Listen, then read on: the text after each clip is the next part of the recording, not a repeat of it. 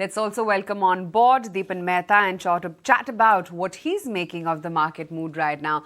Dipan, hi, good morning. At large, one would say in line to good set of numbers, barring a few odd exceptions and, of course, the IT sector.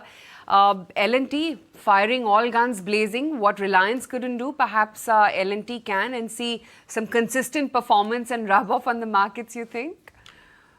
That's true. I think, first of all, good morning and thank you for having me on your show. Great set of numbers coming through from L&T. And you're right. I think we are a bit early days into the earnings season.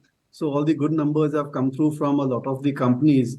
And except for the IT sector, broadly, I think investors' expectations have been met in this particular earnings season. But it may get rough as we go along. So let's just keep our fingers crossed that at least there's nothing untowards from this earnings season which can drag the market lower. And in fact, the earnings season brings out more ideas than ever before, so that investors can focus on those ideas and perhaps take the market out of this range which has been trading in for several weeks. Dipan, we can find a variety of factors where markets should have gone down, where markets have gone down in the month of October. But if I look at the totality where we are, a 3-4% correction on the small cap index, a 2-3% correction in the for benchmark indices, given what has been thrown at us, geopolitical concerns, raft of FI selling, crude at $90, do you think one should be actually more happy and satisfied with the current market levels rather than worried? It's a very difficult question to answer. Because things are just moving a bit too fast, and investors' expectations that we'll be over and done with this rate tightening cycle globally, that's not playing out. And frankly, we are in uncharted territory when it comes to the kind of geopolitical events and the interest rate cycle globally. We haven't, at least I haven't seen this kind of tightening of interest rates, and yet the economy doing as well as it is in the US. So I don't know what the outcome is going to be. All I can say is that any further correction in stock prices are a good entry opportunity. And some of the outstanding businesses, which were trading at a very hefty price to earnings multiple, hardly providing any margin of safety, those if they correct by 15, 20, 30% or so, could make good entry points from a long-term investor's perspective. I really don't understand the global setup the way it is, and why FI selling continues despite India shining and despite so much of positive news flow globally on India, yet FI selling continues. That's a difficult phenomenon to understand. And yet domestic flows remain extremely strong. So this is the time to focus on individual stocks rather than the market as a whole. I think it will be very difficult to predict which way the Sensex and Nifty are going. Dipan, you track Reliance and are a shareholder as well. The numbers were in line.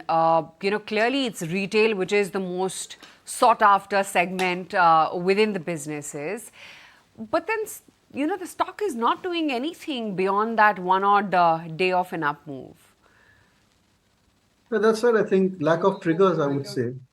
And, there is a slight concern about the kind of debt again that the company is piling up. And one thing keeps on nudging us is the low return on capital employed, low return on equity remains around 8% or so. And I think it's been many, many quarters now. We haven't heard anything about reorganization of the businesses, how they're going to get the listed companies, going in terms of Jio and Reliance Retail. Is it going to be a split in the company? Is it going to be an IPO and Reliance becomes a holding company? I think all of these questions remain unanswered, which is why there are no triggers for Reliance Industries.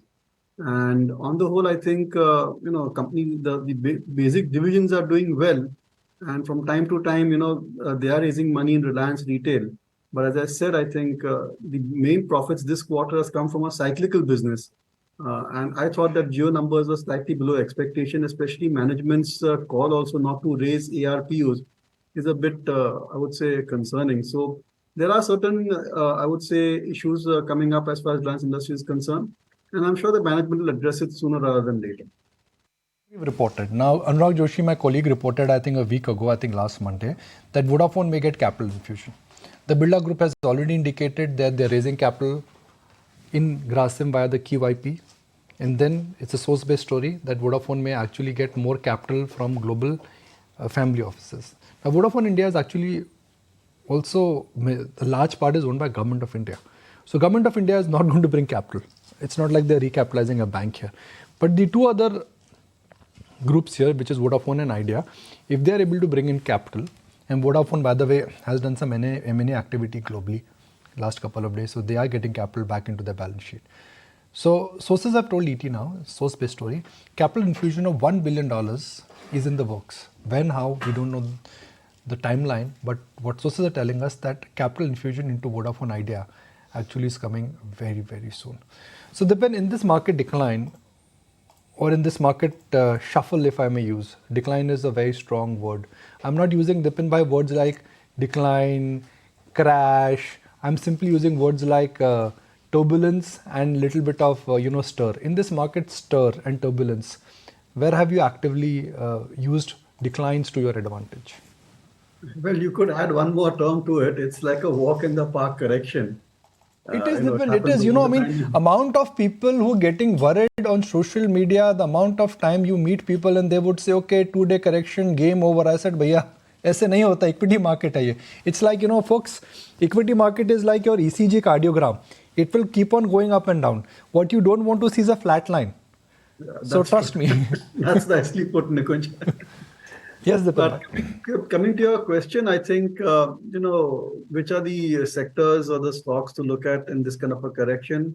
So first of all, I think consumption-oriented stocks, companies focused on health, hospitality.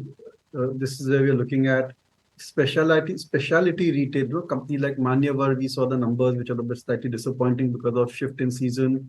Then Go Fashion, Go Colors, Campus Activewear.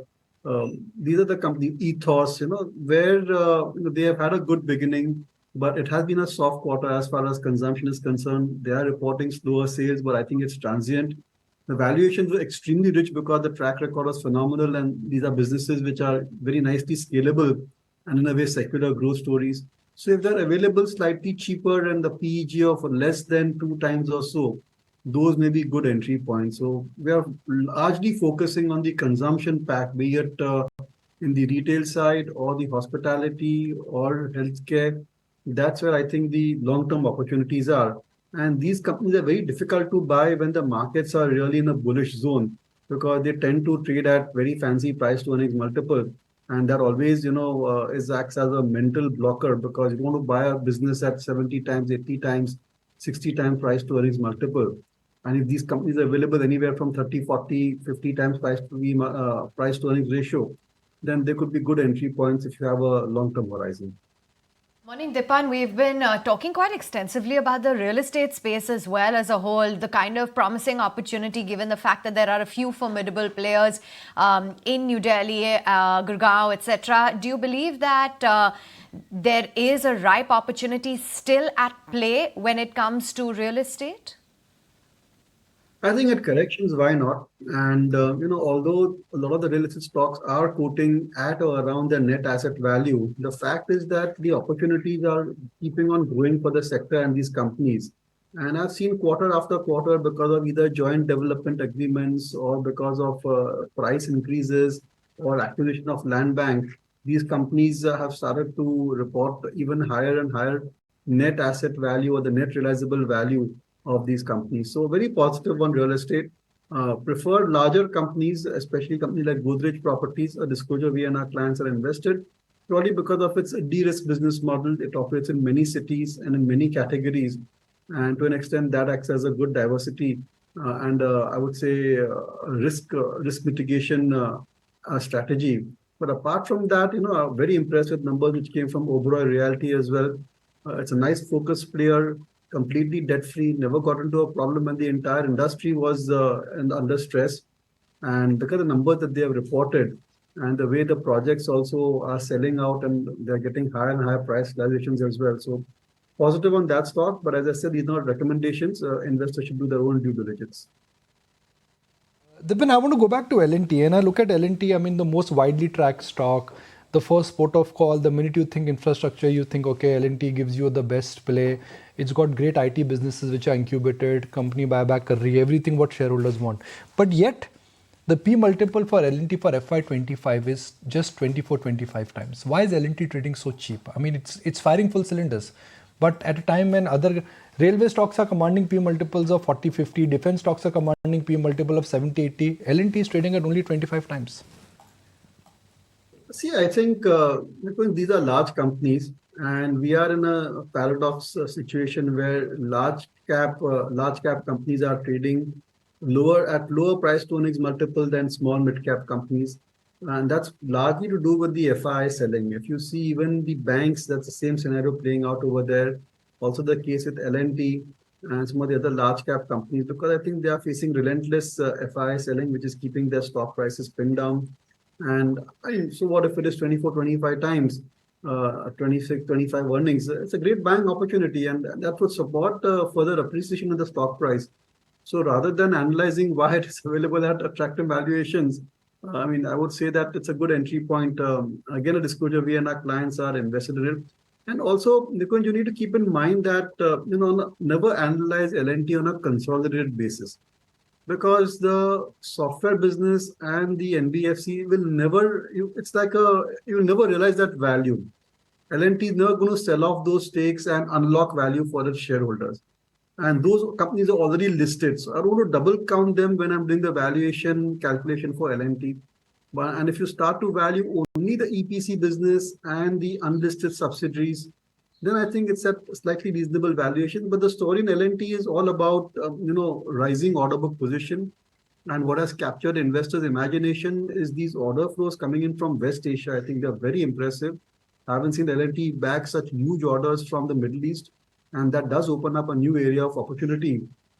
And most importantly, at that level of operation, at that base level, L&T needs such new opportunities in order to grow at that 15-20% type of top line bottom. Dipan, good to have you on board. Thanks so much for joining in.